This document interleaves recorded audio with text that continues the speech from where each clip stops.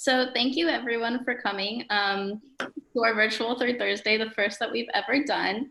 To get things started, we have a few announcements. So we have a call for volunteers. WLT is looking for volunteers to help us with online programming just like this one.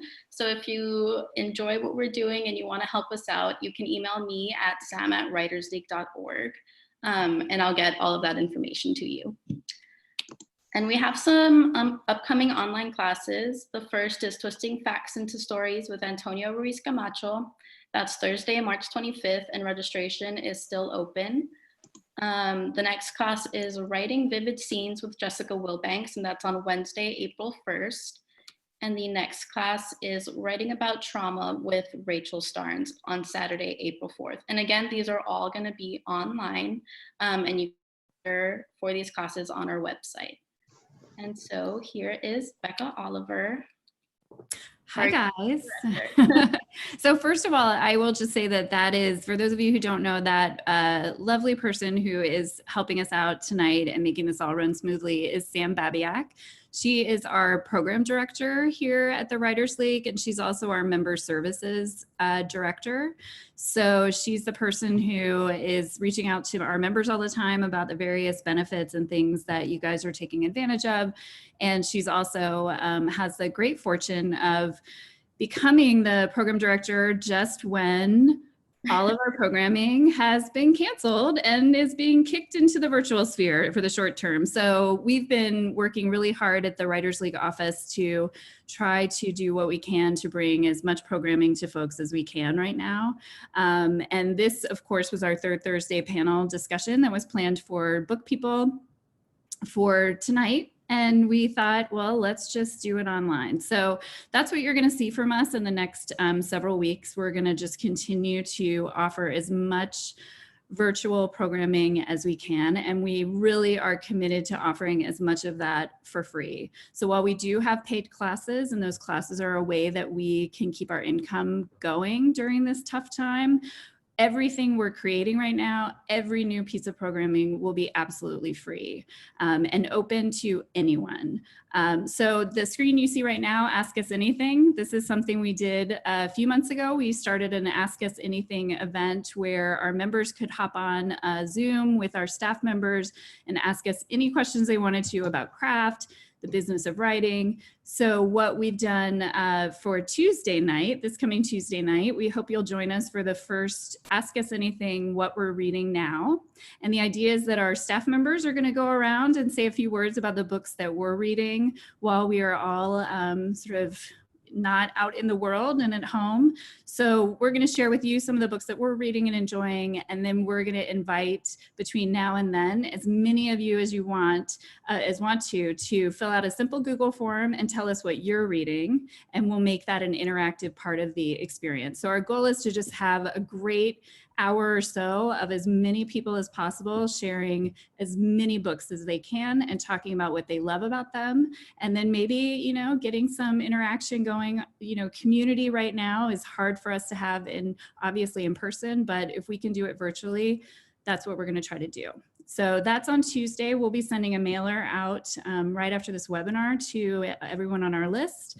And you're welcome to reach out to us if you have questions. We hope you'll be there.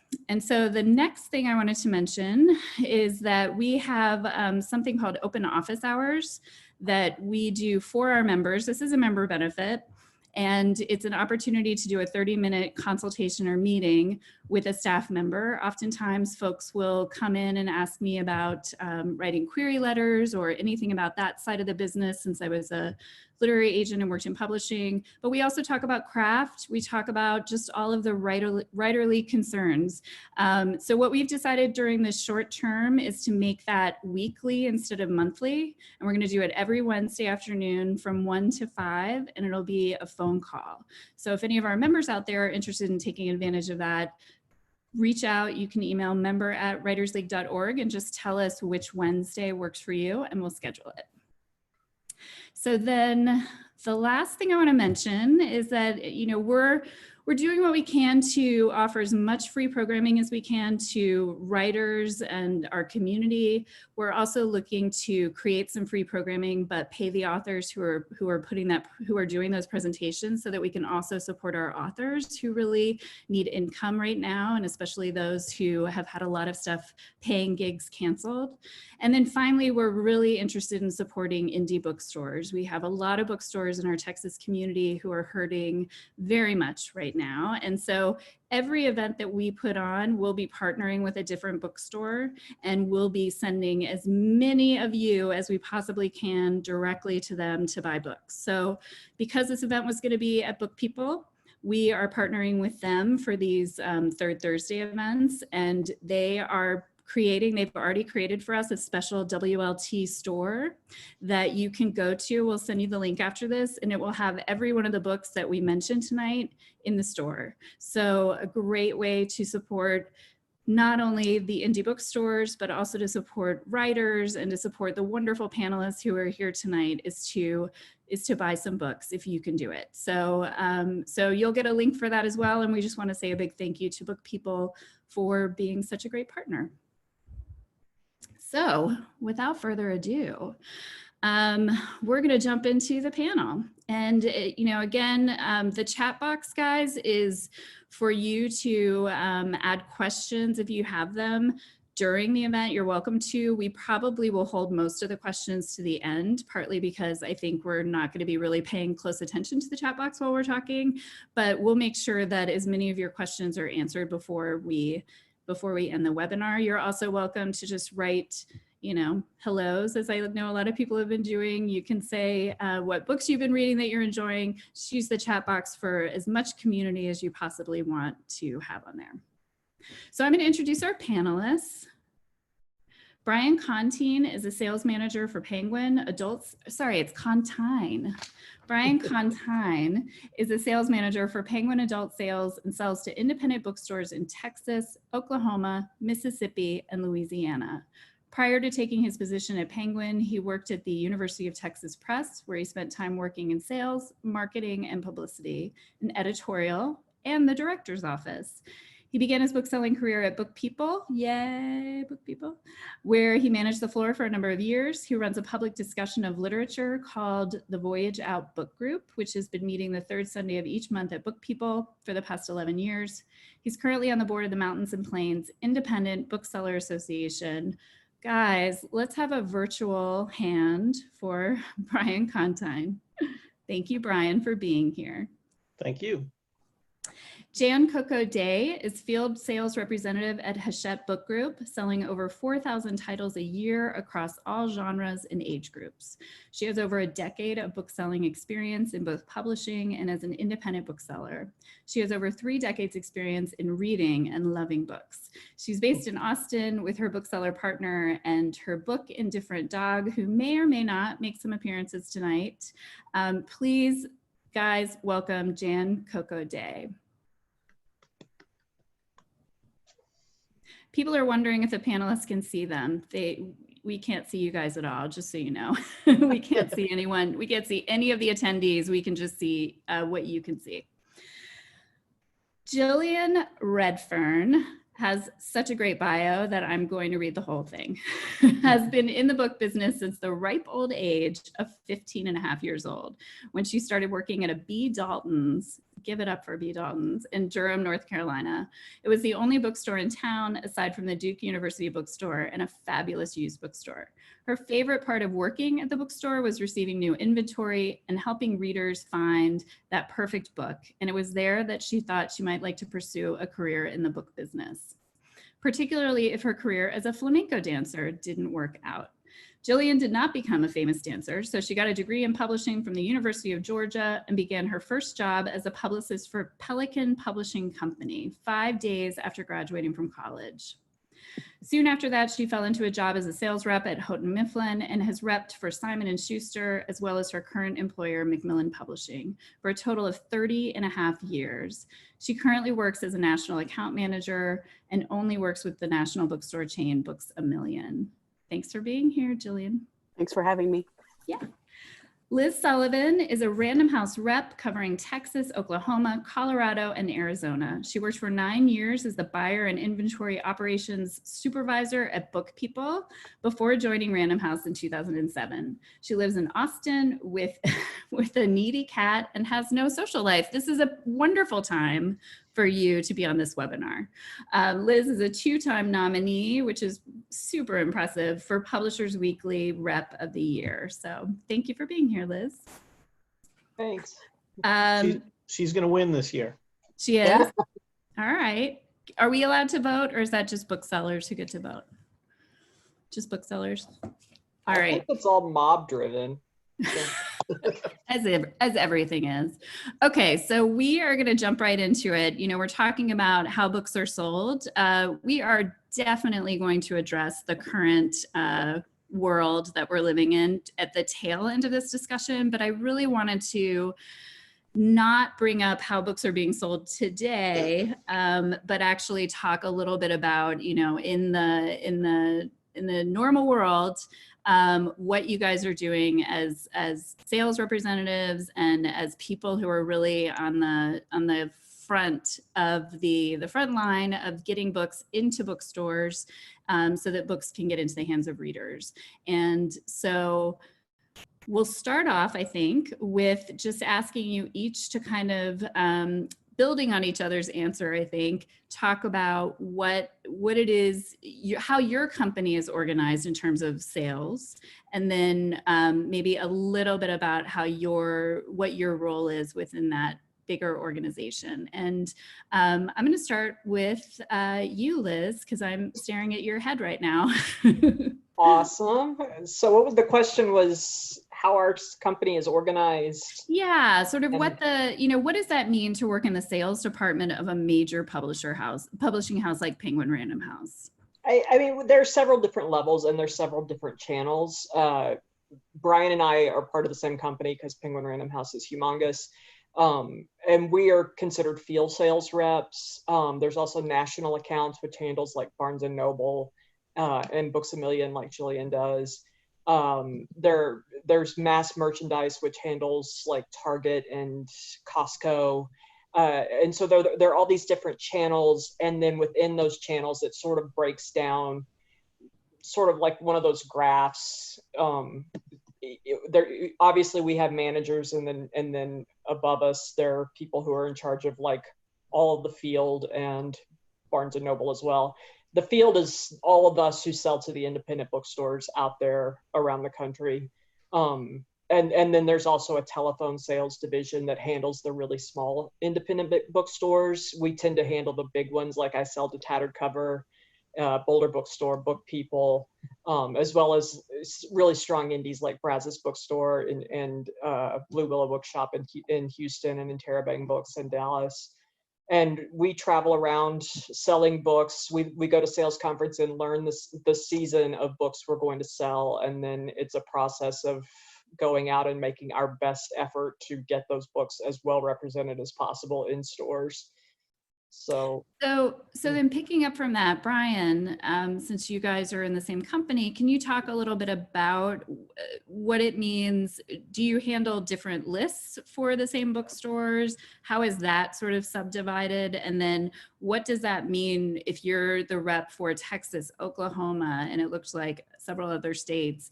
What does that really mean for you in terms of travel, and how are you communicating with bookstores across such a big territory?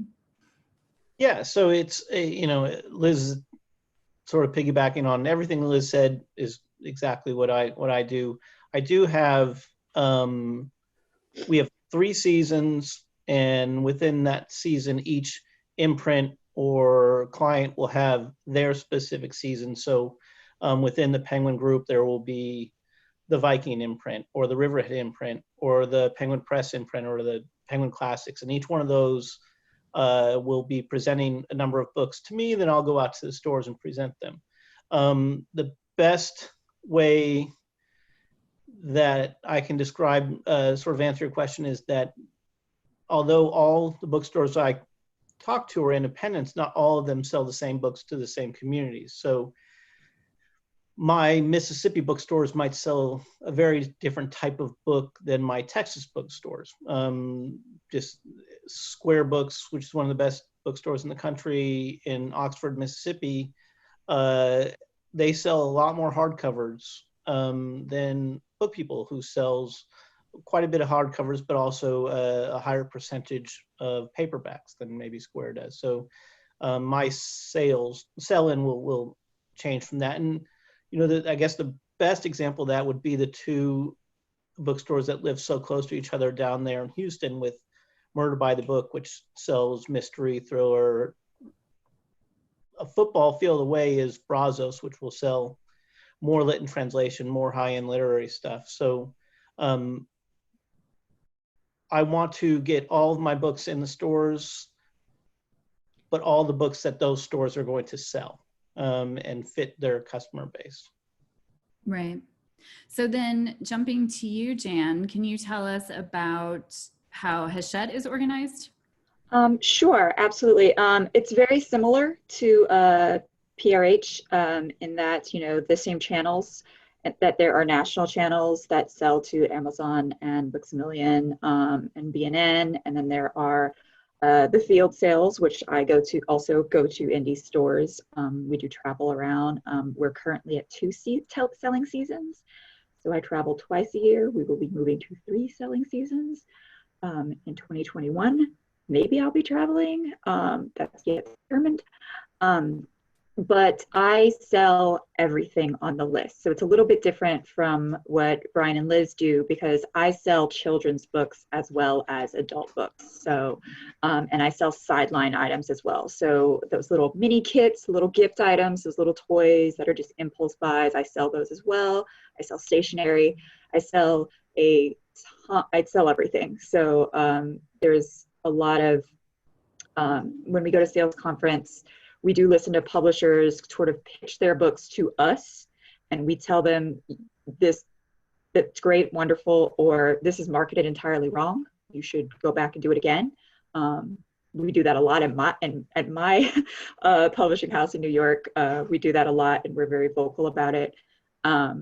So they really do appreciate the input of the people who are selling the books. What I love about being a sales rep is that it's kind of the easiest sales rep job, I think, because while we are sort of in competition for like #1 on the New York Times list or whatever, I don't have to worry about like Brian selling the new Malcolm Gladwell book, because only I have the new Malcolm Gladwell book.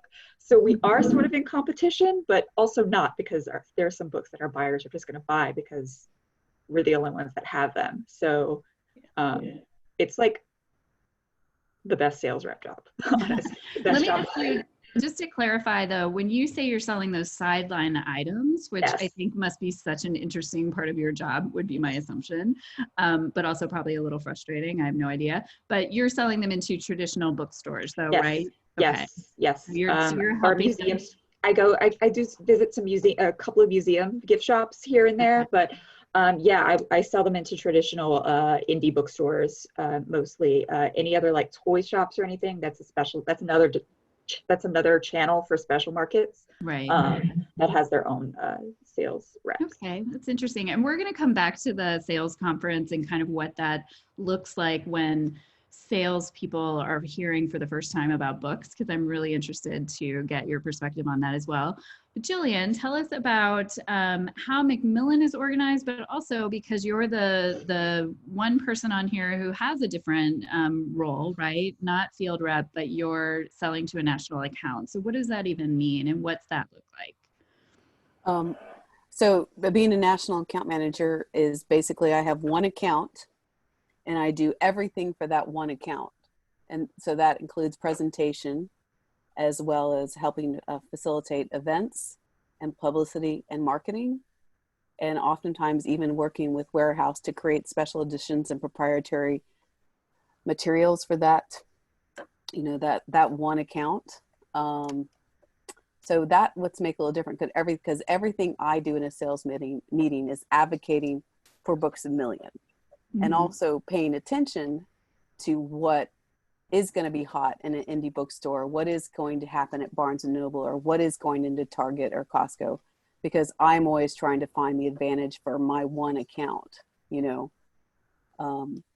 And it's interesting about Books A Million because not only are they Books A Million, they also have a 30-store book chain called Second and Charles, and they also do Cracker Barrel. So I'm also always thinking about those other customers as well. Mm-hmm. And so Cracker Barrel, yeah, I know you guys thought that was a restaurant. Well, it is a restaurant, but it has a huge gift area. Yeah. So, but Amanda asked a question on the panel thing, and she asked who made the decision about what sits on the shelf.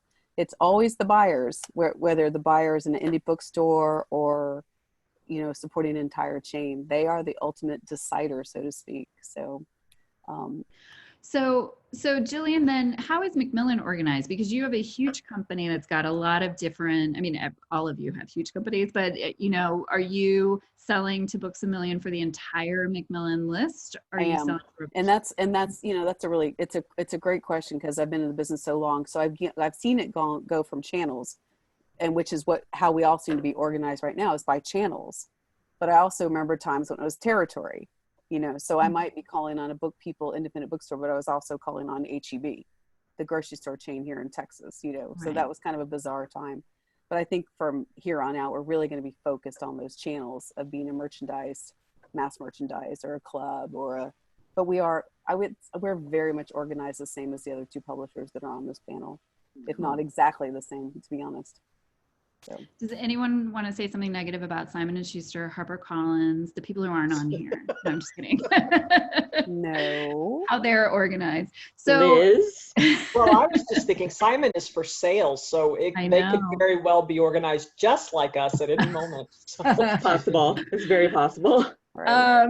So listen, let's go to that point that Jan alluded to, which is that sales, it's not even the sales conference, because you guys hear about books much earlier than the sales conference, right? Yes. You're hearing about books at what I remember being referred to as launch meetings. Yes. Okay. So can you tell us what that looks like? So you're, as a salesperson, when is the first time that you hear about a book, the list? Be honest, because sometimes I imagine you might be asked to read books ahead of time before acquisition. Are any of you in that position where you get a book and editors ask you what your opinion is of it? Happens all the time, actually. Absolutely. And I just finished launch today, actually, for winter 2021. Okay. Like this is what we did this week. We looked at winter 2021. So what does that launch look like for you, Jillian? Oh, it's very much early days, and it's you know, the titles are presented that we hope are going to come within that time frame. It's also very early days in terms of talking about marketing, and a lot of jacket conversations. A lot of titles change, so it's, you know, I don't know. I guess I've said it. Anyone else want to talk about their launch experience and what that can look like in terms of, you know, sort of start, because it seems to be the moment for most of you where you're going to start to form an opinion about a book, right? Yeah. And so what kind of things are you thinking about when you're hearing those books launched? So our Hachette's is actually for winter 2020 is actually next week. So I'll be calling into that, and that'll be a great test of our systems. But yeah, it's when we really, it's the publishers won't necessarily have the book, the manuscripts. They'll have the pitch about it and from the author, and they'll start planning their marketing, whether they're going to put out displays with the book or not, like how they're going to position it, the pub dates, title, jacket conversations, but they don't necessarily have the assets yet. So that's when we'll start to be thinking about how we're going to sell it in. And then once we get to conference, that's usually around the time where they already have the manuscript and we've already kind of started reading a little bit for that. Some authors do have the manuscript. Some publishers do have the manuscript by that time, which is awesome and insane at the same time. But it's still very much, things are much more fluid during the focus meetings, where they get to introduce the idea of the book and what their idea of the plan is going to be for marketing and get our feedback. And it's the editors who do that, right? The editors use yes. their books. So you kind of have the person who bought it, ideally, the person who's most invested in it right then in the house talking about it. Yes. Brian, what about you? Do you have anything to add to sort of what you're looking for at that moment in those launch meetings, or how your opinions start to form? So it's a little bit different for PRH, and Liz can tell me if I'm wrong about this, but we are able to listen into the launch meetings, but we're not, as sales reps, I don't think we're necessarily invited into the conversation at that moment. Our launches for spring 21 are happening this week. And I'm getting the manuscripts and I'm reading some of the manuscripts, but no, we're not a part of those launch meetings, although I have listened to a couple. I did a bunch of launch meetings when I was at UT Press, which is the university press in town, but it's funny how from a large company, the large companies that we work for, to even a small local press like that, smaller local press, launch is the same thing there as it is at these big houses. It's funny how we're sort of all doing kind of the same thing with much different styles of books. But yeah, sure. I am not part of the launch at Penguin Random House. Liz has been around a little bit longer and is a little bit smarter than me, so she might. Liz, do you get invited to those meetings that Brian's not invited to? Well, it's weird because even though we work for the same company, launches happen at very different times. And even I sell Knopf and Doubleday, which are on the exact same floor and part of the same publishing group, and yet their launches are not even the same week. And so very often when launch occurs, I'm traveling and I get notes from launch, but I don't actually attend launch. Where I usually find out about books first is we get an email every week that is the updated manuscripts that have been posted in the last week. And so I follow that as to what's coming. And then when we get closer to sales conference, we get audio presentations from the editors presenting the titles to us as if we were at launch. And those are sort of our cheat sheet as to how to start reading and preparing for the season. Yeah. When you say manuscripts that are posted, are those manuscripts the manuscripts that are just the first draft that's in that the editor has probably read a couple of times, but it's not copy edited, it's not at that stage, or are these the final manuscripts? Yeah, it varies. Sometimes it's completely unedited. More often than not, it's about to the point where the advanced reading editions are ready to go, but it's not fully copy edited usually. So, okay. But it's a wide spectrum, and it just depends on the publisher and the editor. So I'm going to ask the question that I assume exactly. I just saw that someone asked, how many of these books do you guys read? And are there certain books that you have to read? Like, how do you possibly well, actually, one other question first, because I imagine you all can answer this. When you say that season has launched, how many books for each of you does that mean that you're selling in one season? So a roundabout, you don't have the exact number, I think. But so if you're talking about one season at the list that you sell, Liz, that you sell, Jillian, Brian, Jan, how many books are we talking about? 1,100. Yeah, my season for the fall has 1,100 titles on it. Yeah, 1,100 times three seasons a year. Yeah, Brian, Jan. I'm at 1,425. You know the number. Yeah, I look at it every single day. Yep, it changes. I look at the catalog every single day. And that's so mine is going to be the most embarrassing one, but it's not embarrassing at all. But it's I have a smaller list than the rest of them, but mine's going to be anywhere between 850 and 1,000.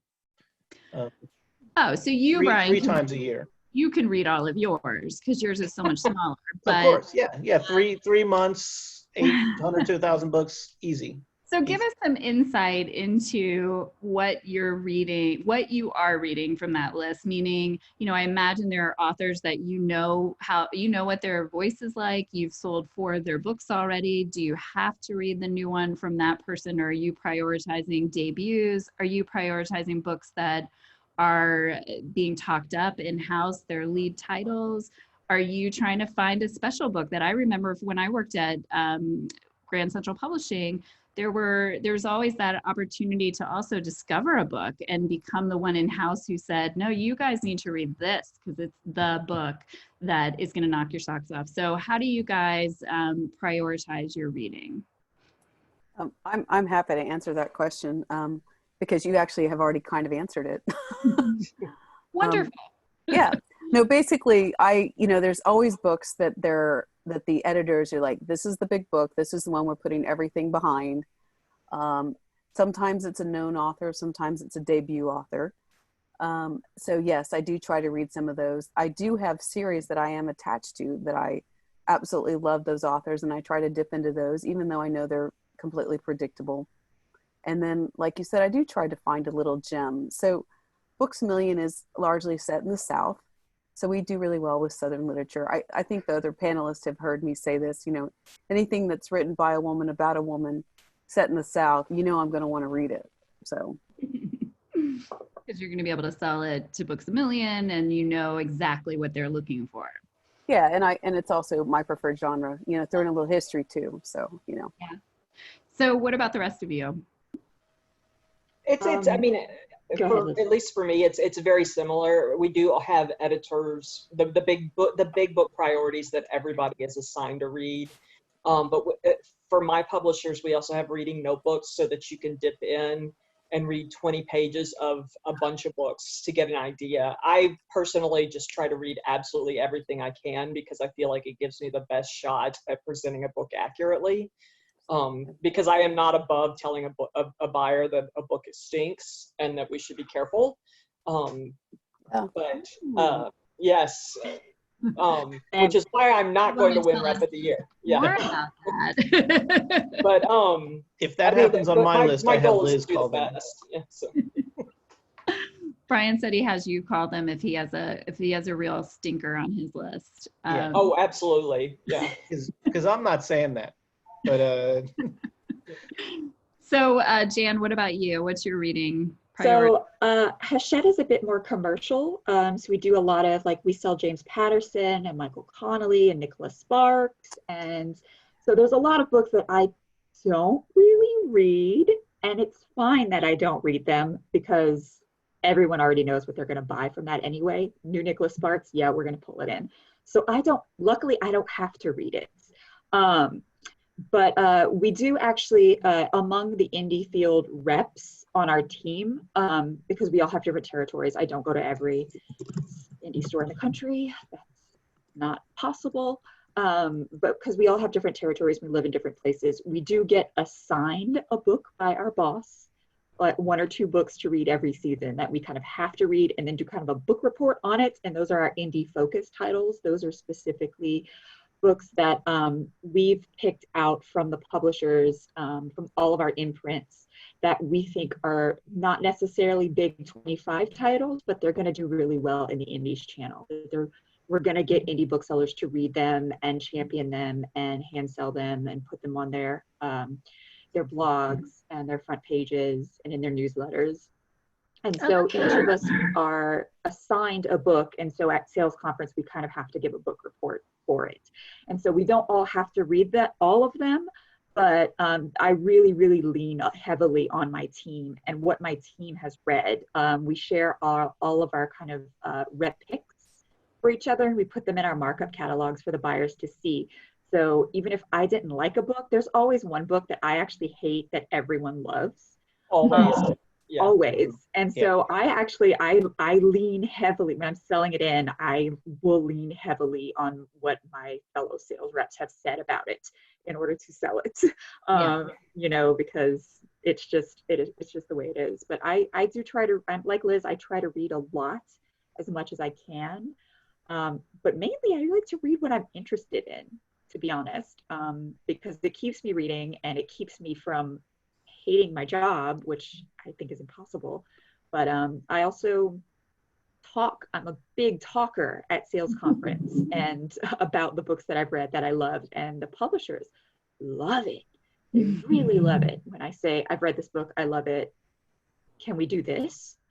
instead on the cover and not make it look terrible. So, and then So a positive response.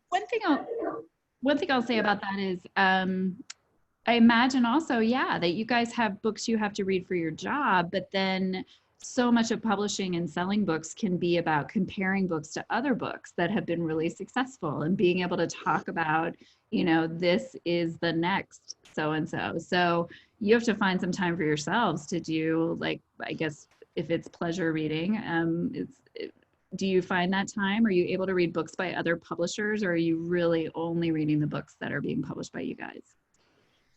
I catch up with books from other publishers through audiobooks, and those are the ones I'm listening to in the car as I'm driving from account to account. So, I mean, I do as much as I can, and there's certain authors, like I love Louise Penny, whatever she has, I'm gonna yes. Louise Penny audios are top notch, but you know, they're authors I follow, but I also want to know, because we are going to have to know what is the next, you know, girl on the train, and how does this compare? That constantly comes up. Sure. Yeah. We comp a lot of, and listen to the size of the list that we sell. We comp a lot of books to the books that we sell. Yeah. They're just easier comps, but I mean, we do go outside, and I'll comp my books to some of Liz's books. Same company, but much different sales force.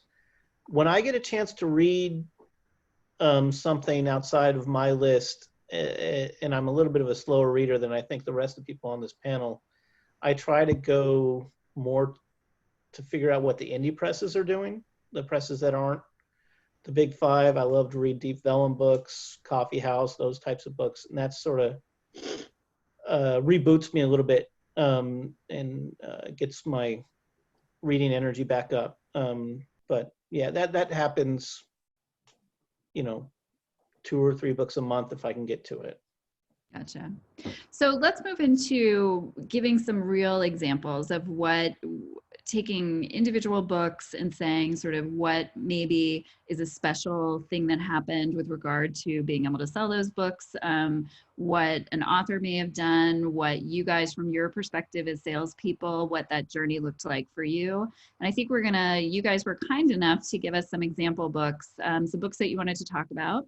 For everyone who's on the webinar, we can tell you that we're going to do a giveaway during this webinar. So each of the sales reps has picked, sales folks have picked books from their lists, and the Writers League is ordering those books from Book People, and we're gonna have them delivered directly to 4 winners. So there will be 1 winner for each of the sales reps collection of books. So we're excited to do that. And we're going to start now. And actually, we're going to start with you, Liz. And we have a little slide that has some of the books that you mentioned to me. And I'm wondering if there's 1 or 2 of these that you'd want to highlight some aspect of the sales process that would sort of enlighten this whole mystical or mysterious process for us.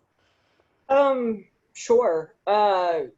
I mean, this is sort of a spectrum of both big books and small books. Emily St. John Mandel obviously was a National Book Award finalist for Station 11.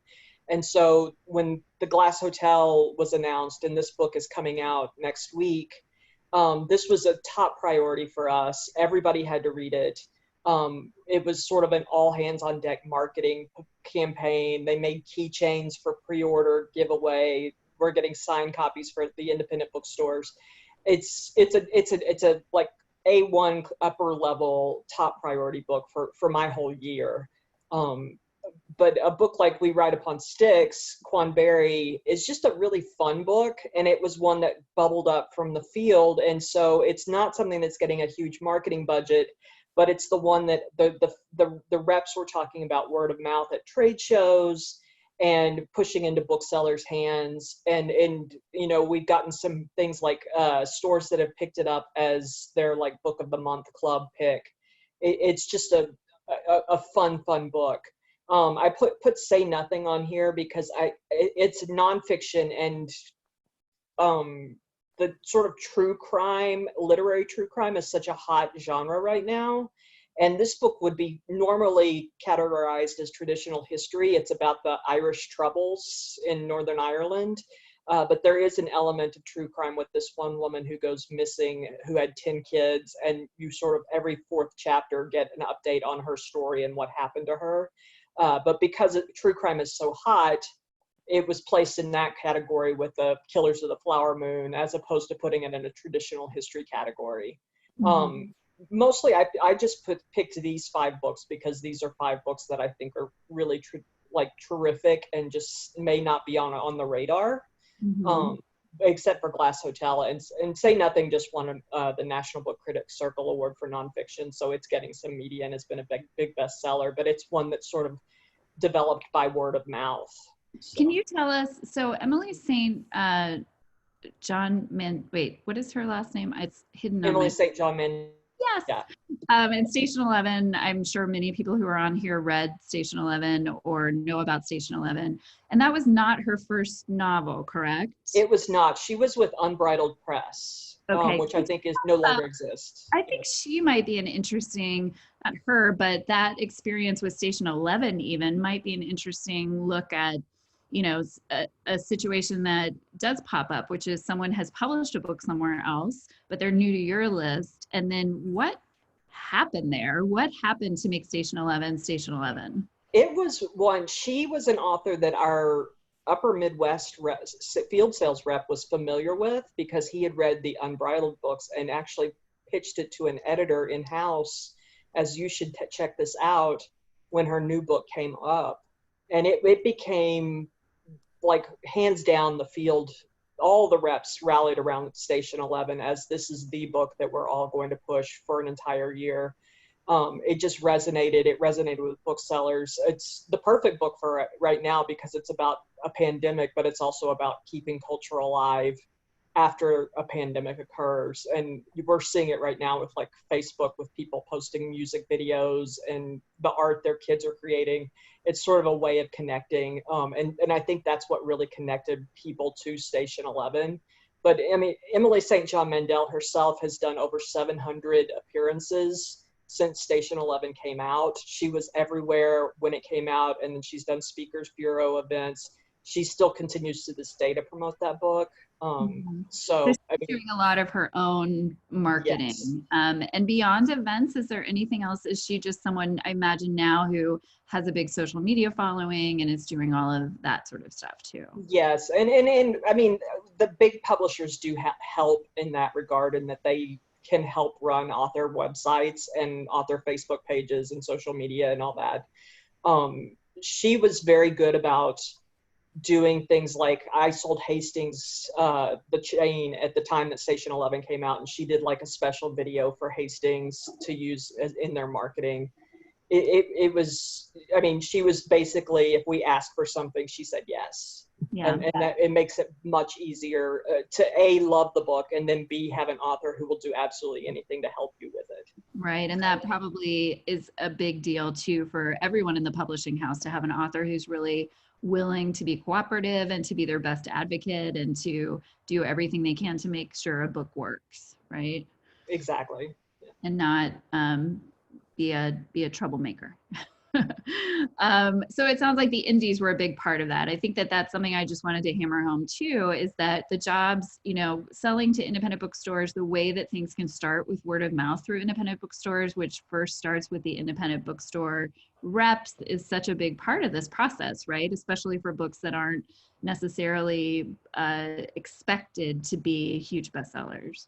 Yeah, and we spend a ton of time talking directly to booksellers about, these are the books that we think you personally will love, and then they will go ahead and hand sell it to customers, and that's how the word of mouth starts. Mm-hmm. So very often a book like Say Nothing was big at the indies first, and then it moved into Barnes and Noble, and then moved on to Amazon, and is now like a word of mouth reading group book, even though it's nonfiction.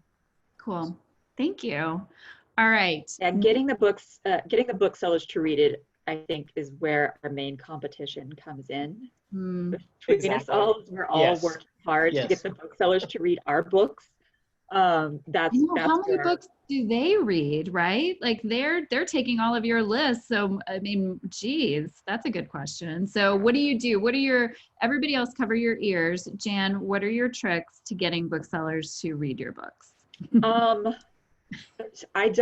Bribery. I tell them that if they read a book and then send me a quote that I can pass on to the publishers, I will give them a free paperback, like whatever they want. Like, I mean, I do. I bribe them. I'm sorry. Wow. I'm not supposed to, but I do. But also, you know, just my enthusiasm for the books also. And I think everyone could attest to this, that our own enthusiasm, if we've read the book and loved the book, then we can sell the book to a bookseller. They can feel our enthusiasm about a book. I mean, I've gotten someone who I never thought would read a book about Loretta Lynn and Patsy Cline reading a book about Loretta Lynn and Patsy Cline. And I'm like, okay, that was a major success story for me, because I didn't think in a million years that this one bookseller would read this. But yeah, it's honestly listening to what they like. Don't give them something that they're not going to read, because you didn't listen to them when they told you they liked science fiction, and you give them a World War II history book or something like that. You really have to listen to them and what they liked in the past. So it's very much still a selling job, even if you're not selling to a buyer who is going to place the order. You're still selling to someone who is going to read it and then encourage the buyer to increase their numbers or something like that. So if we can get a bookseller to read a book and write a card for it, then that's an automatic shelf placement. All right, we're gonna take a beat, and I think Sam's gonna come on because we're gonna give away our first bundle of books. We've created some questions that are linked to our panelists. Samantha, take it away. So for the book giveaway question 1, the first person to answer this question correctly in the chat will win Liz Sullivan's book picks. So in what decade did the first publisher in what is now Penguin Random House launch? What a great question. Wherever did we find that? Oh, we found it on Penguin Random House's website. No. Do you guys know? I don't know the answer to this question. I don't Liz? either. I know Knopf has been around for 101 years, but other than that, that's a good question. I think it would be Penguin, probably. Penguin Classics, is that their oldest? I think that's our oldest. I think Doubleday is probably my oldest, but All will be revealed soon. Come on, guys. The person closest so far has said, whoa. I think 1880s. 1850. Oh, okay, 1850s. 40, closer. Come on. 1830. Lily. Lily wins. Lily, if you could just type your email in the chat and I will reach out to you tomorrow. So what's the answer, Sam? The answer is 1830s.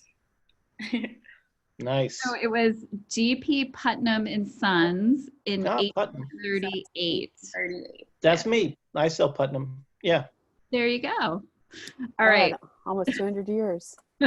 Oh, it's going to be fun on here, guys. So we're going to go to the next list of books, which I believe is Jillian's. Okay. So walk us through, but then also if there are specific sort of anecdotes related to a book. Yeah. So I put my list up here very deliberately because I have a couple of old titles. I have a debut. I have a growing author. I have an author who took 10 years to write a trilogy.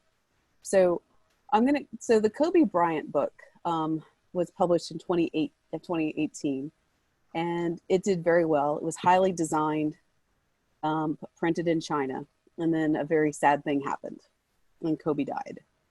And we were running around like crazy people to try to get this book in the middle of this virus and had to move our printing to the US. And ended up selling about 300,000 copies in the last 7 weeks, which is insane. So it's an interesting story when an author dies sometimes, what happens to their publication. You know, celebrity, yes, that definitely is a factor. And celebrity publishing is a whole conversation unto itself. So I mentioned that because it's just been kind of astounding to watch that book's rebirth during a very sad moment and how we've had to really hustle to get it out there. And I was telling my fellow panelists this earlier that I actually have been selling books this week, and it's been that book, The Mamba Mentality. And I assume that for that book, the proceeds are going to his estate, which means they're going to his widow and his children. Yes, they are. Yes, they are. And they're also going to his foundation, which is also called Mamba Mentality. Great. Yeah, it's the Mamba something. I'm sorry, I can't remember the whole thing. I should know it. And then I wanted to bring attention to a couple of debuts, the Cactus League and the Silent Patient. So we built a new imprint last year called Celadon Books. And this was their very first book that they published. So they had quite a bit of money to put behind this first book of theirs, as well as this debut author. And the publicity was insane, just in terms of the number of advanced reading copies they gave away, in terms of the presence they put on social media. Talking about, I'm so sorry, you're talking about The Silent Patient. The Silent Patient. Yeah. And this is a book. So typically when we publish a hardcover, we, we expect a fiction hardcover of a known name or a lesser known author, not to really, it will sell for a moment, but we expect to put it in paperback pretty quickly. We keep postponing the paperback on this because it is just doing so very well. And it also came out during a time when we were wondering if psychothrillers were still working. And the answer is yes, psychothrillers are still working. We still love that genre, if it's done well. So I mentioned that, and his next book I just heard about today, and it sounds like it's even better than Silent Patient, so yay. The Cactus League is such a great story. It's a debut novel, just came out. Really, the author must know everybody who writes reviews in the entire world, because it's had so many great reviews. She herself is a magazine journal writer, online writer. And, while it's about baseball, it's just a story where you fall in love with the characters. I mean, I can't compare it to Bull Durham, but I can compare it to Bull Durham because I fell in love with all the characters there. Mm-hmm. And that's a tendency that we do a lot. And I said that on purpose, actually, you all, because we're doing so much of comparing our books to TV, because streaming is so hot. And this whole media tie-in thing is so hot. When I say media tie-in, I don't just mean, what's streaming on Netflix or Hulu. I also mean what kind of videos people are creating, and what are the creative means in which people are promoting themselves, So the Cactus League specifically is a different character for every chapter, tracing you through all of the baseball thing. You don't have to like baseball, doesn't matter. The personalities of the player, the agent, the wives, the single women looking for the hot baseball player, they're all very real, wonderful characters.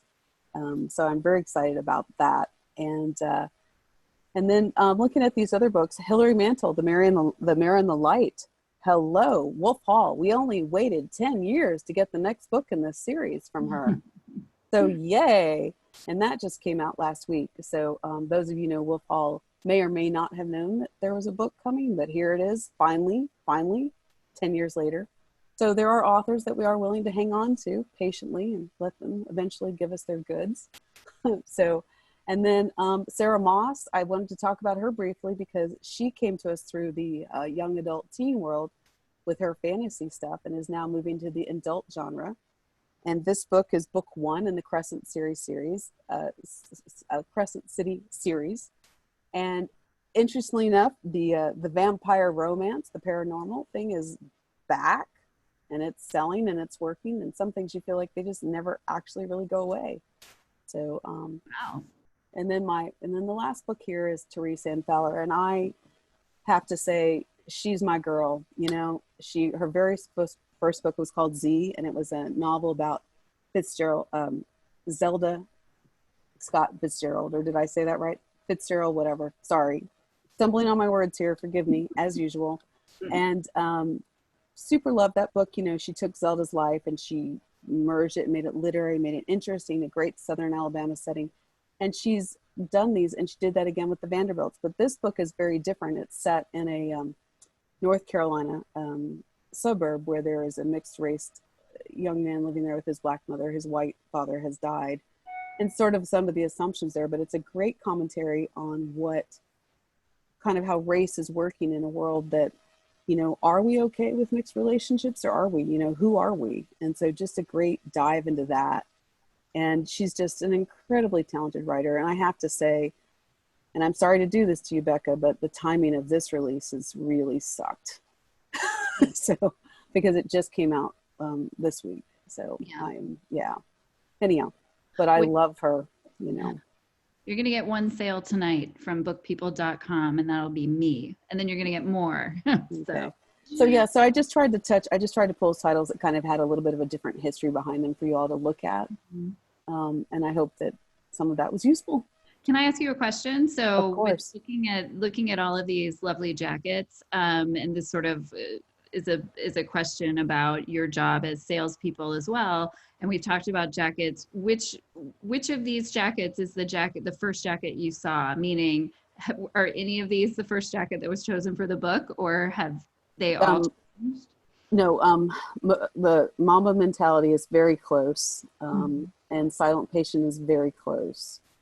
The Hillary Mantel title cover changed, lots of times.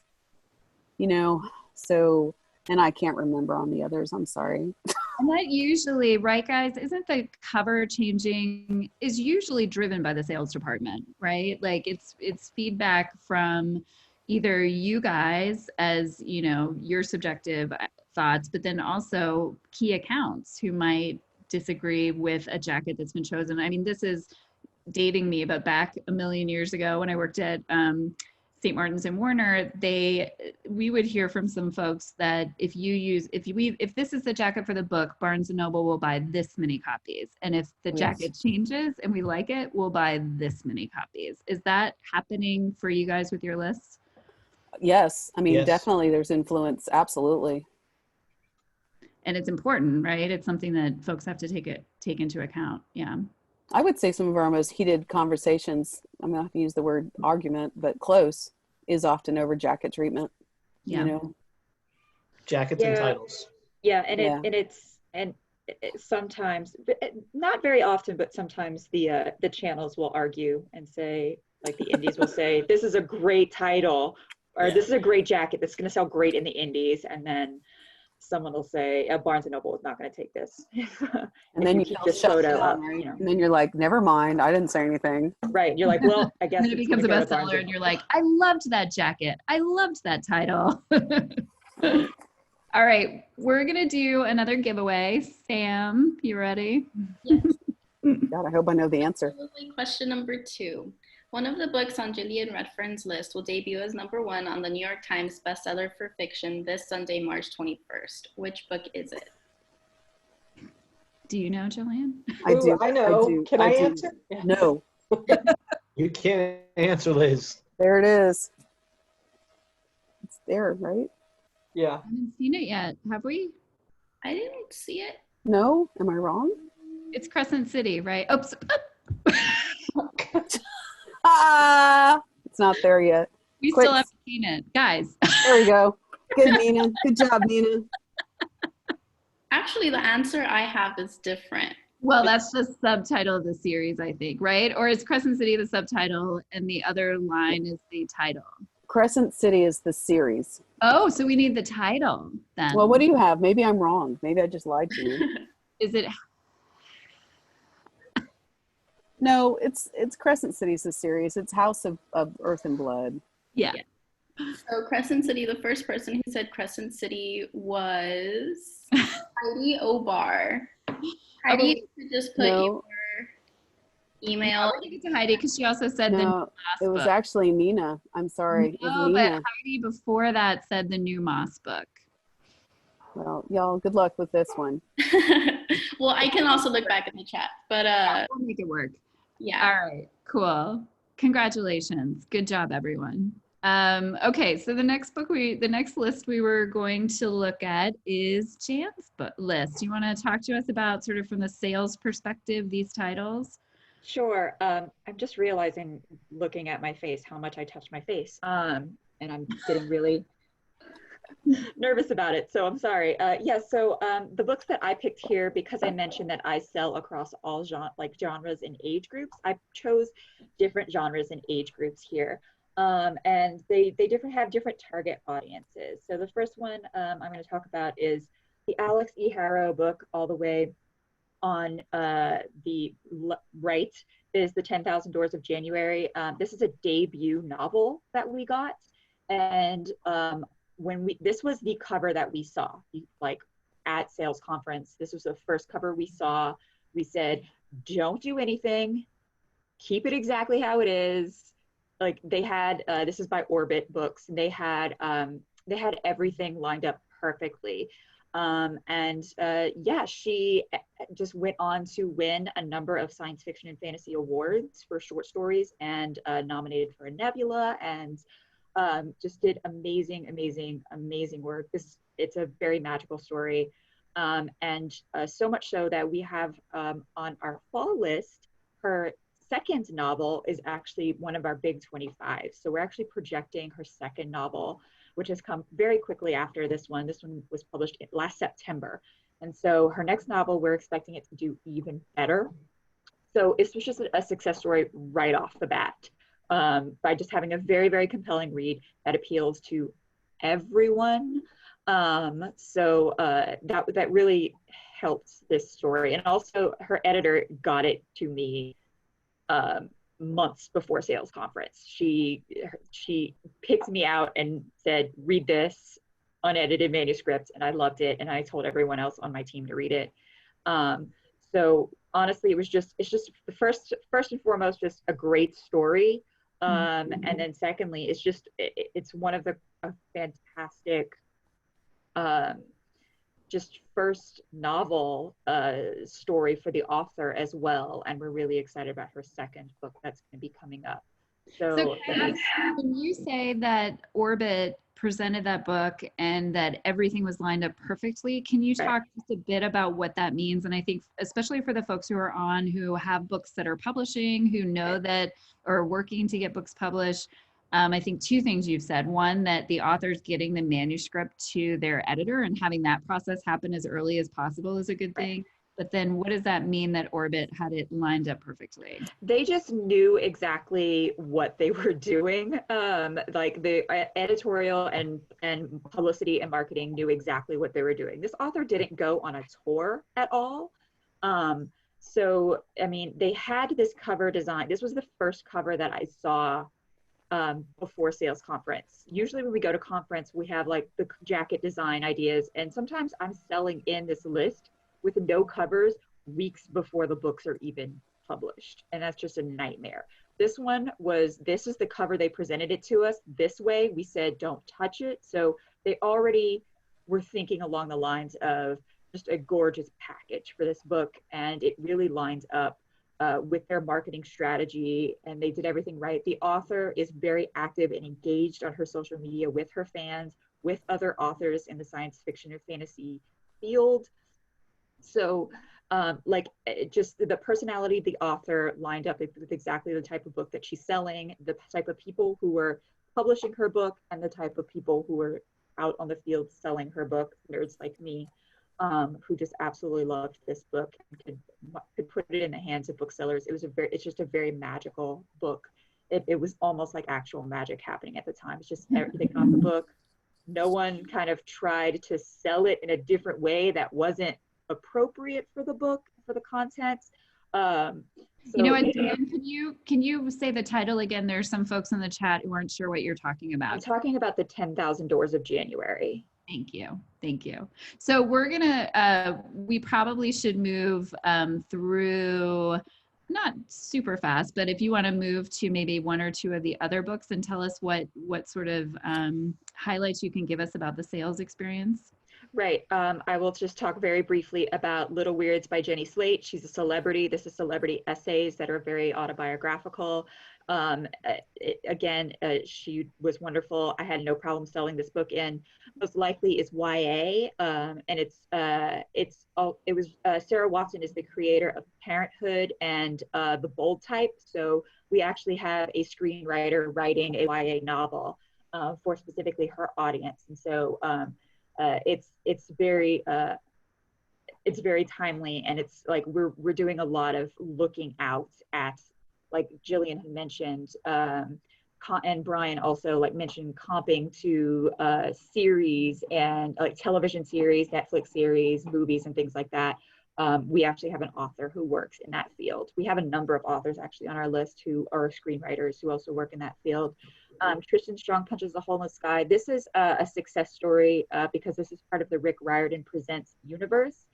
And it's just about a big author who is lifting up other authors, so making those network connections. And he's really identifying, he found a niche in his, Rick Riordan found a niche in his market for middle grade readers for all of these stories about mythology that feature kind of real life kids, and how there were kids who wanted their diverse mythologies sort of represented. And he said, I'm not the person to write these stories, so I'm going to go out and find those writers. So this is his 5th, I believe, different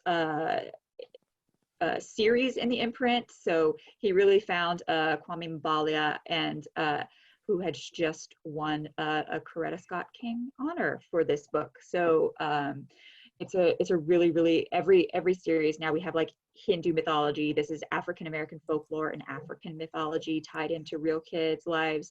So it's a really good success story of a very famous author who is finding people with very distinct voices and lifting them up and bringing them in. It's a great success story for mentorship. Do you have an idea how he selects those books? Is it just the traditional process that writers have an idea and they go to presumably an editor, or is he just truly hand selecting and finding?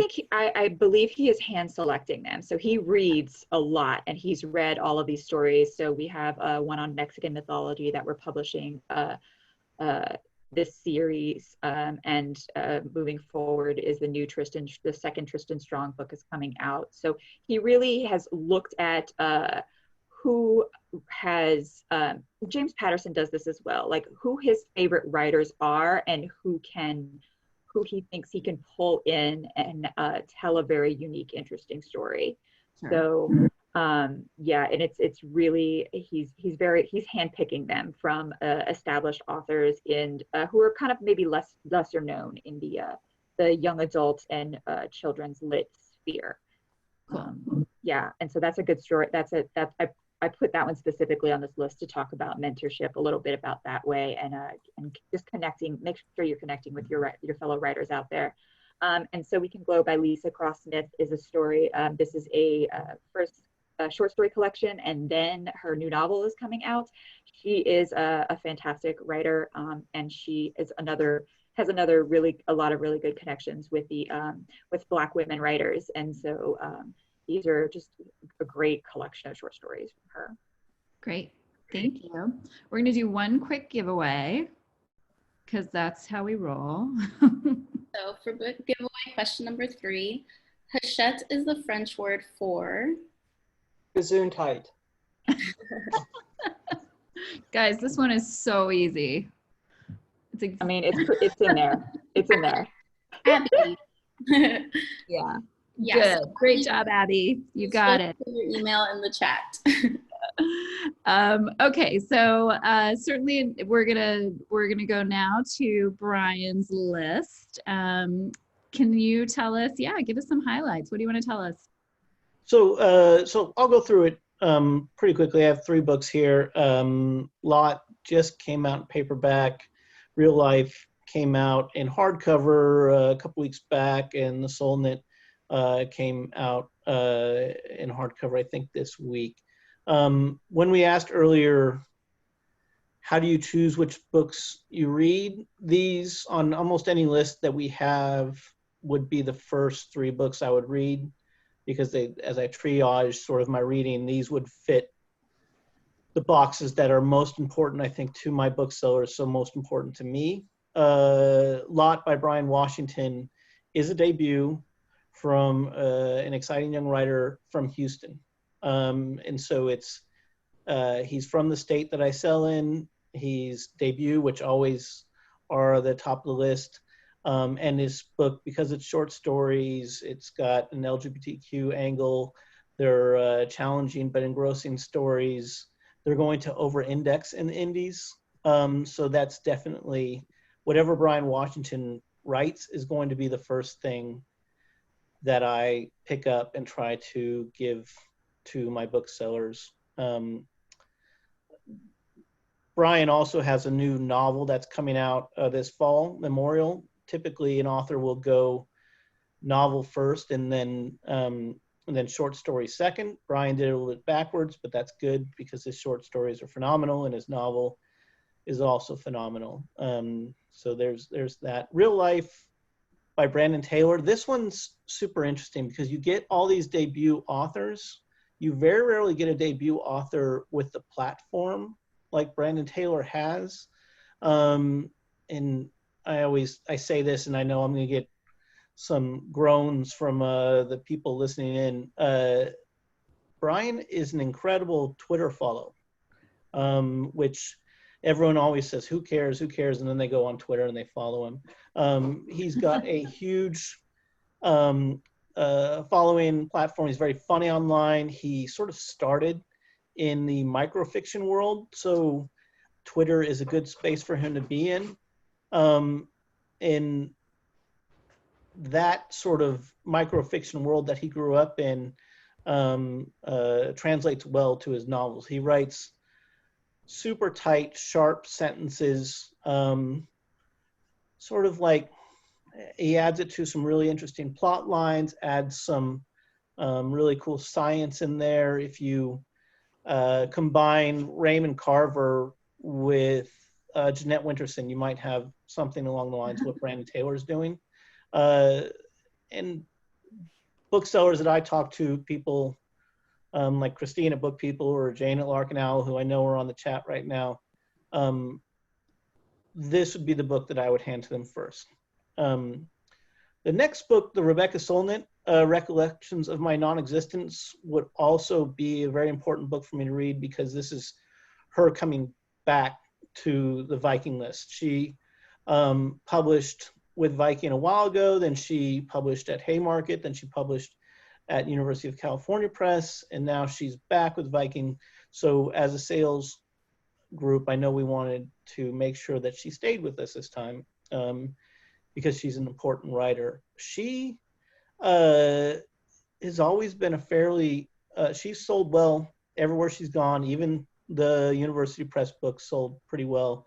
But she sort of came into the mainstream when I think it was Roxane Gay sort of gave her a bump with her book Men Explain Things to Me, which is published by Haymarket, which is not a PRH imprint. But when that book came out, when Roxane Gay started talking about that book, indies immediately got on board with it and put it out up front, and it started selling at sort of a weird, odd time in its sales cycle. So that was really exciting. And we're trying to catch that energy with this one. It's a memoir about Rebecca's time when she was a young woman, young artist living in San Francisco. It was sort of during the rise of Pride, an important time in the country in terms of civil rights and sort of feminism, certainly important time in feminist history, and sort of Rebecca looking back at that time when she should have been so big and so out there and so loud, but then she sort of disappeared into herself a bit. And so kind of a Patti Smith style memoir, really, really solid. But yeah, it's a great jacket too. I love that jacket. We turned it into, anytime we get a good jacket, we turn it into a tote bag. So this was definitely our tote bag of the year. So I think the whole publishing world is all based on tote bags. So I also love, Brian, that you talked about Roxane Gay, partly because I love Roxane Gay, but partly because I would just be curious for each of you, who are the tastemakers out there? Who are the people that when someone says, I love this book, you pay attention because there's somebody that you know a lot of other people are going to be paying attention to, or someone that you desperately would love to get your books in the hands of because, I'm just curious. And I would love for them to be people who are, I think Roxane Gay is actually a quite accessible person on Twitter and other places. And so someone who, isn't Oprah, but who Yeah. people should still be thinking about when they're thinking about how they promote themselves. Well, we deal with some of the big ones on this list, but I mean, there's Brian Washington got a big bump when he got added to Barack Obama's list of books at the end of the year, and that list really pushes books. But I know you're looking for someone maybe a little bit less. Alexander Chi. Oh yeah. My booksellers really pay attention to what he's saying online. I don't know if anyone else has any other ones out Do you guys there. have any tastemakers you want to suggest or talk about? No. All of you people. I mean, all of you already mentioned Roxanne Gay, but she was kind of the one who brought Lisa Cross-Smith to our attention. She calls her a consummate storyteller. So you're breaking up a little bit, Jan. Sorry. I just said Roxanne Gay called Lisa Cross-Smith a consummate storyteller. So that's really what brought her to our attention. But I mean, I do think on your list, Jan, too, Attica Locke. I see Attica Locke tweeting a lot about other writers, and is somebody who is an amazing writer herself. If you guys aren't reading Attica Locke, you should be. Or watching her. Or watching her, yeah, or watching the new TV series that she is a part of. So we're gonna do one more giveaway. Go ahead. Just real quick, we get a lot of requests for ARCs. We get advanced reader copies. We get them to booksellers. Those create reads, which create sales. And the booksellers that are on Twitter really have sort of a nice little echo chamber that they're sort of living in right now. So people like Christine Havens or Mark Haber or some of the San Francisco booksellers, once one of them gets a book, the rest of them call us immediately. So yeah. Well, so let's talk about that for a second, because I think that's also a great thing that authors can hear, which is your perspective on how an author who has a book publishing, right, should interact with booksellers. Meaning, do your authors come to you and say, hey, I just want to reach out to all the booksellers in your territory, and how do you deal with that? What is the sort of, and I know we have some booksellers on the chat as well, but how do you see that relationship for an author going with a bookseller in the most productive way?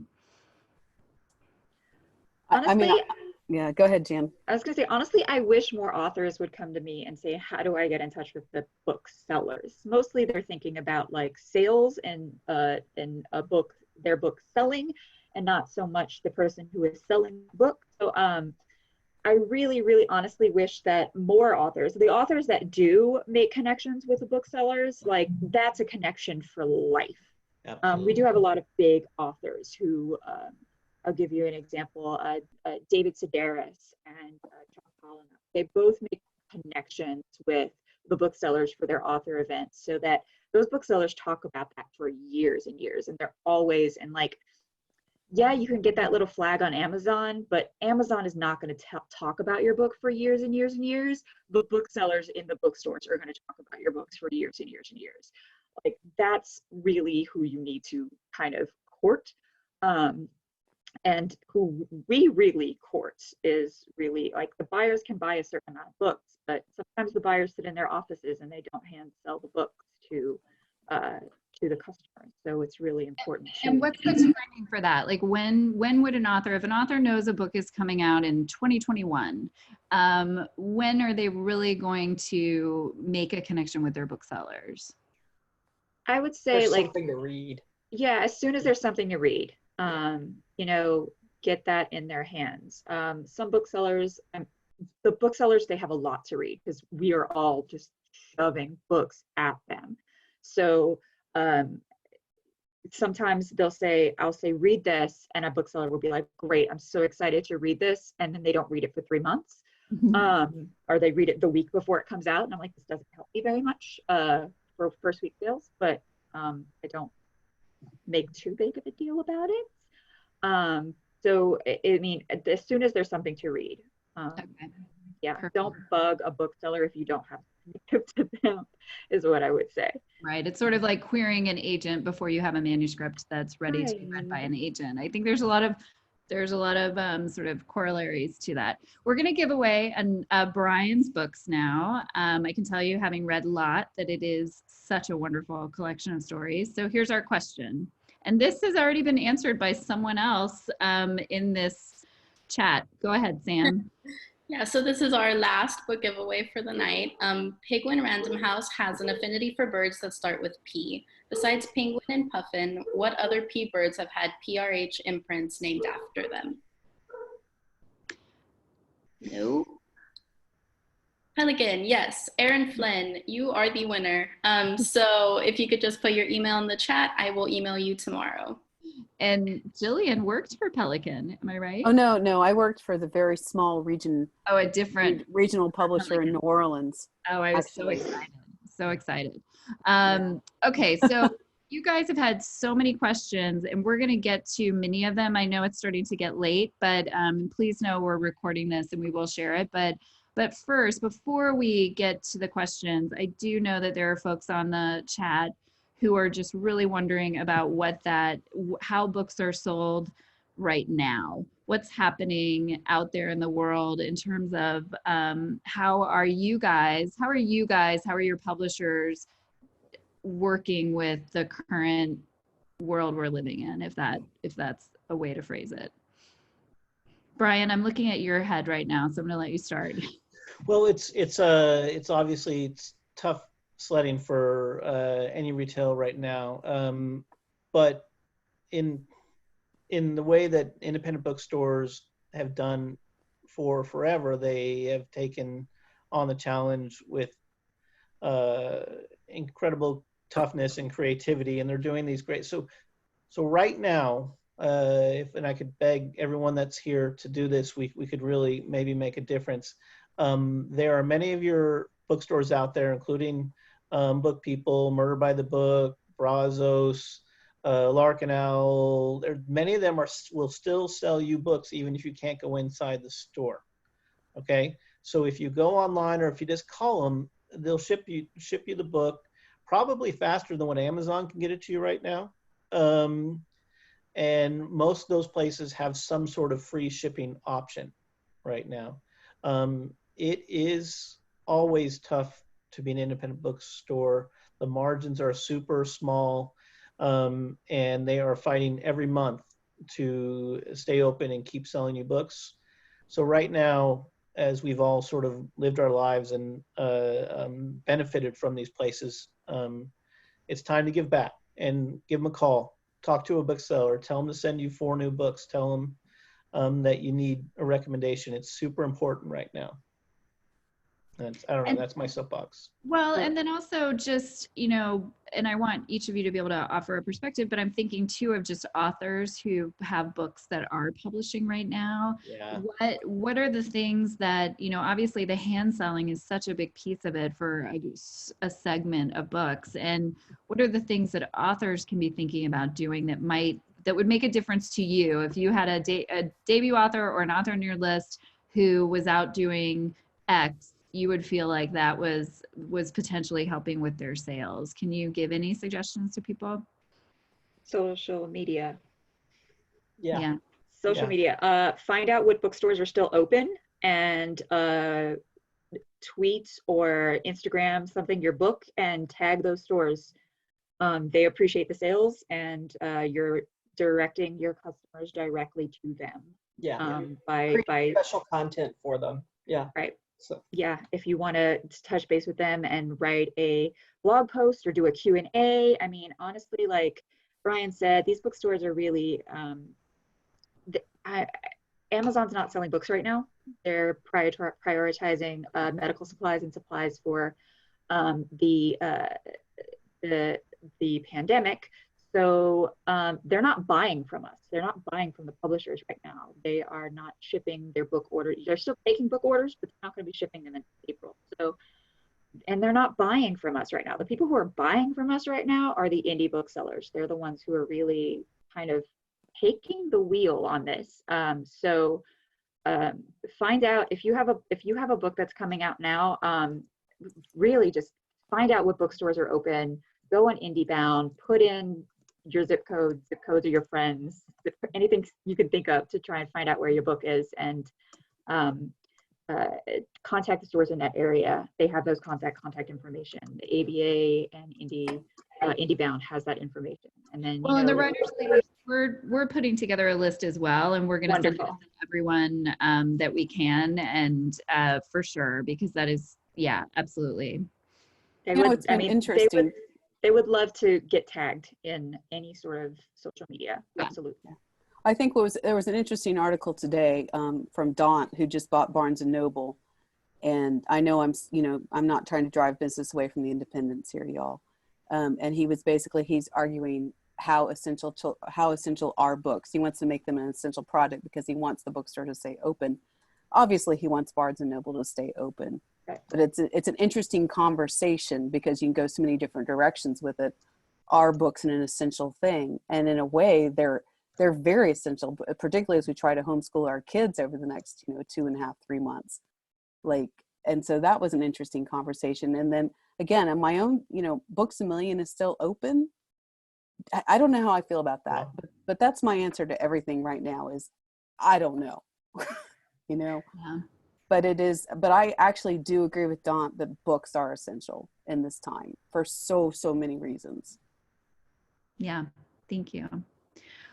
Sam, do you want to hop on and ask some of the questions that we've been getting over the chat so that folks have a chance to hear their answers? Yeah, so question 1, Amanda asked, who ultimately makes the decision of where the book sits on the shelf? On the actual shelf. Who wants to take this one? 90% it's the buyer. It is a conversation that reps have with the buyer about where we think it'll be most effective. An example would be Say Nothing, where it could go into history or true crime, but true crime is the hot category, so we moved it over there. We're always trying to put the book where it's going to be seen and sold best. Yeah. Mm-hmm. Our job as a salesperson is not necessarily to figure out the right place where it goes on the shelf, but to try to get it up front and off the shelf and on those stacks. So, and that tends to be determined by how many units the buyer brings in, but that's also fully the buyer's decision. Yeah, we can direct them with categories, and the publishers do direct them with categories, and then we direct the publishers and say this is miscategoried or something like that. But ultimately, yeah, it's the buyer.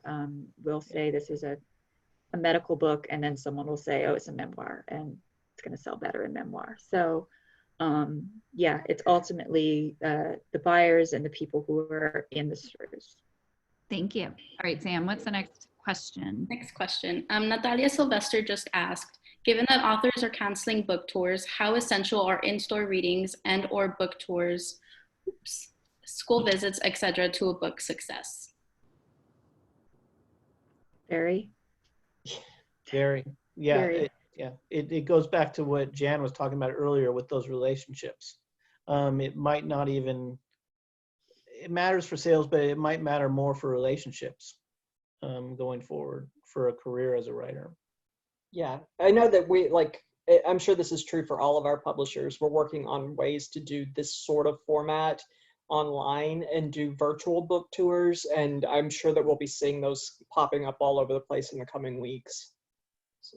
Yeah, I just had a meeting with my team today about questions that we would have we were given about publishers asking about virtual book tours, and they came to us and said, what would you need for this? So literally that's a meeting that I had today. Yeah. Okay, next question. LS asked, is there a list of your top do's and don'ts for authors in terms of self-promotion / marketing, i.e. things that help or hinder your efforts? Don't lie. That's a good one. I mean, you can exaggerate. Obviously, you can exaggerate, but if you give someone a book and say, "Oh, this is exactly like this thing," and it's nothing like that, then that's just don't do that. Yeah. Brian, did you have something you want to add? It's just don't only link to Amazon. Don't only link to Amazon. Yeah, Yes. I know that authors have to link to Amazon, but don't only link to Amazon when you build your web pages. Cool. And be courteous to the booksellers. I mean, Yes. nothing goes, nothing sticks in a bookseller's mind worse than an author who's rude. And I can list the authors who were rude to me 20 years ago. Oh, yes. Same. Wow. Yeah, it's a business and you got to be courteous, right? Sam? Next question. For someone potentially interested in becoming a salesperson in publishing, what are recommended ways to learn more about the job? Be a bookseller. Yeah, get in anywhere. I mean, book selling is the way that a lot of us on this phone call got started. But All of us. Yeah. oh, really? So all of us started as booksellers. Bookstores. Yep. Yeah, bookstores. But yeah, there's lots of internships and things that you can also get involved in. Just get out there, get your toe in the door anywhere you can. It's a tough business to get in. I feel really lucky that I'm in it. But Yeah, ultimately you have to be able to love talking about books. And that's, I think the easiest way to do that is to work in a bookstore, get some tips from your fellow booksellers. You gotta kind of be a people person. Sorry, Liz. You gotta be a people person a little bit. Look at the hat that Liz has just like loving yeah. up on her right now. That person. All right, I'm we a probably feline barker. Rep of the year. we probably only have time for a couple more questions because we are going kind of long. So Sam, no pressure, but pick the perfect last two questions. Okay. Are there any resources for an indie or self-pub author to make connections with booksellers? I feel like Becca should answer that question. No, but in serious, do you guys have suggestions for indie or self-published authors in terms of the sales part of it? I mean, obviously you all work at very large and important and traditional publishing houses, but I imagine that there are self-published authors on your list who are now being published by you who did certain things that sort of got them to a point where publishers were circling them. So do you have any advice for the indie authors on the line? I mean, if you're trying to connect directly with booksellers, I mean, when you're self-published, then you should book a local author event at a store. Be willing to travel to stores in the area, in your state, or even out of there. And then when you're there, be super nice to the booksellers. Don't act too super entitled. I'm sorry, this is,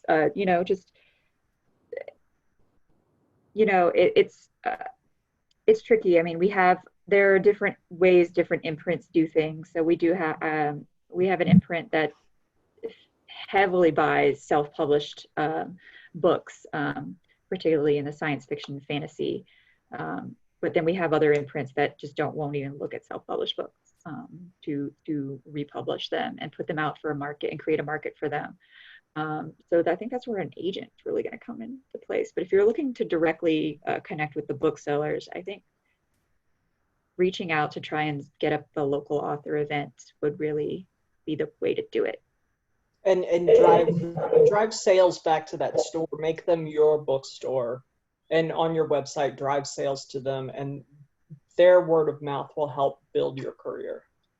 So. And Jan, can you tell us which imprint you're referring to when you say you guys have an imprint that buys a lot of self-published? It's Orbit Books. They are constantly reading self-published books and self-published ebooks, and then buying them. So they're specifically science fiction fantasy. Perfect. Yeah. Thank you. Sam? Yeah, and last question. Is there a go-to resource for book buyers and sellers on new releases that writers could get access to? Oh, like where do booksellers find out about new releases? And so authors who are interested in learning, I mean, I think of the trade places like Publishers Weekly or Kirkus and that sort of thing. The Indie Next list, I mean, the Indie Next the thing that's in the bookstores, right? But what do you guys have to suggest? When we're on, Definitely, we get our books to people through Edelweiss. Yeah. That's the only way that book buyers and booksellers hear about our books other than in person or by email. What is Edelweiss? It's I don't the know how online, public is. What's that? It's the online catalog system that most publishers use at this point. We don't print catalogs anymore because of cost, but all the books feed into Edelweiss, and booksellers in at least the good stores have access to that and can look through and find books that they want and tag them as, say, I'm highly anticipating that. And we as reps see those tags and can filter those books to the proper people. And I don't know if you can create an account as an author, but I think you can create an account as like a blogger. Yeah, you can. Librarians as a blogger. can. Like, yeah. Yeah. So Yeah, I think they're pretty liberal about who they'll let on there. But yeah. So first create a blog, and then you can get access to Edelweiss. Yeah. So What would your blog be, Liz? my cat is using me as a barkalounger.com. Yeah. Someone's going to steal that. Guys, so just in closing, because we have gone for a while here, I want to thank you, our panelists, so much for doing this and for being so open and honest and sharing so much great information. I want to thank everyone who's stuck with us and who got online and joined us for this live webinar. We appreciate you, and we'll be sending you some follow-up information tomorrow. And we're planning to do more of this. So please, if you're around on Tuesday night, please show up for our Ask Us Anything. We're going to do a big reading list of all the stuff we should all be reading right now, and stay connected, because this is what we should be doing, guys, to just make sure that we have community during this time when we are all at home. So that's what I have to say. It's last words. Thank you all for being here, and that's it, right? Anyone else? Thank you. Thank you. Yeah. thank you. Thanks, guys. Take care. Okay, good night. Good Bye. night. Bye.